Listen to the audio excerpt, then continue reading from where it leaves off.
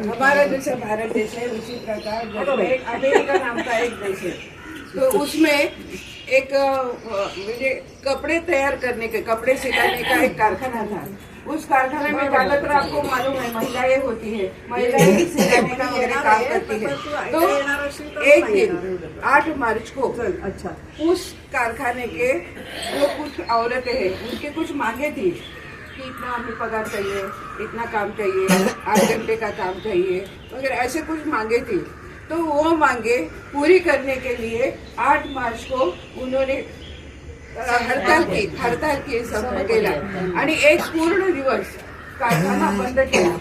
मग कारखाना बंद ठेवल्यामुळे मालकाचं खूप नुकसान झालं आणि त्यांनी आपल्या मागण्या मान्य करूनच घेतल्या। तर आता महिला दिन म्हणजे काय, तर लग्नाला जातो तसं नटून झटून जाणे, इकडे काय फ्री मिळते तिकडे काय फ्री मिळते असं बघणे हे नाही।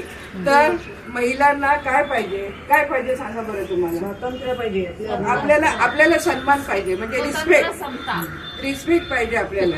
त्याच्यानंतर आपल्याला अधिकार पाहिजे। अधिकार म्हणजे बघा आता बाबासाहेब आंबेडकर संविधान लिहिलंय, त्या संविधानामध्ये महिलांना जसं नवऱ्याच्या इस्टेटीमध्ये त्यांना वाटा आहे, तसंच वडिलांच्या इस्टेटीमध्ये सुद्धा त्यांना आता वाटा मिळतो। म्हणजे त्यांना अधिकार पाहिजे, त्यांना सन्मान पाहिजे, एवढं तरी निदान त्यांना पाहिजे। याच्यासाठी म्हणून महिलांनी यासाठी तरी महिला दिन साजरा करायचा आहे। आपल्याला आपल्या हक्कासाठी आपल्याला मान मिळाला पाहिजे। आणि आपल्याला मुख्य गोष्ट सांगा की आपल्याला संरक्षण मिळतं का ते सांगा। रात्री 12-1 वाजता तुम्ही एकट्या घरी निघालेले आहात, तर तुम्हाला असं वाटतं का की आम्ही सुरक्षित आहे? असं आहे का आता भारतामध्ये? एप्स्टीन फाईल म्हणून एक म्हणजे एक काय म्हणायचं आता,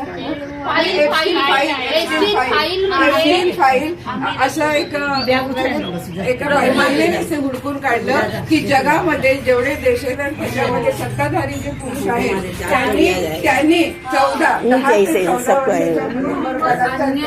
अत्याचार केले आणि ते एका महिलेने हुडकून काढले।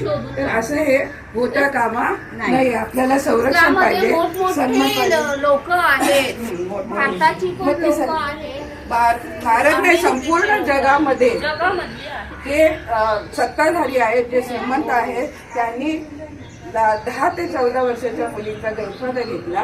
ती फाईल एप्स्टीन फाईल म्हणून प्रसिद्ध आहे। तो एप्स्टीन नावाचा माणूस होता, तो मेला। परंतु त्याच्यामध्ये जगामधल्या फार मोठमोठ्या नेत्यांची किंवा फार मोठ्या श्रीमंत लोकांची नावं आहेत की ज्यांनी त्याचा फायदा घेतलेला आहे। तर हे आता होता कामा नये।